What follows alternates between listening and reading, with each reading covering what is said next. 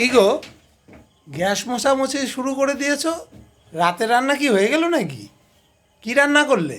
সারাদিন কাজ করি তো, রাত্রিবেলা আমি একবার বিছানায় গিয়ে বসলে আর আমার ইচ্ছা করে না রান্না করতে। তো তাই জন্য রান্না করে নিয়েছি। তো গরম তো গো। কি করেছি দেখো। চাউমিন আছে?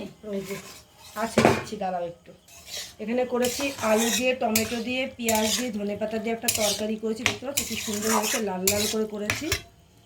আর এখানে করে নিয়েছি ময়দার আটার রুটি করেছি আজকে, মানে ময়দার রুটি করেছি। এই দেখো, গরম জল দিয়ে ছেঁকে, মানে গরম জল দিয়ে সেদ্ধ করে নিই ময়দাটা। দেখো এরকম রুটি করতে খুব ভালো, মানে খেতে খুব ভালো লাগে। এই যে রুটি ময়দার আটা করে নিয়েছি এখানে। আর এটা হচ্ছে সিমাই।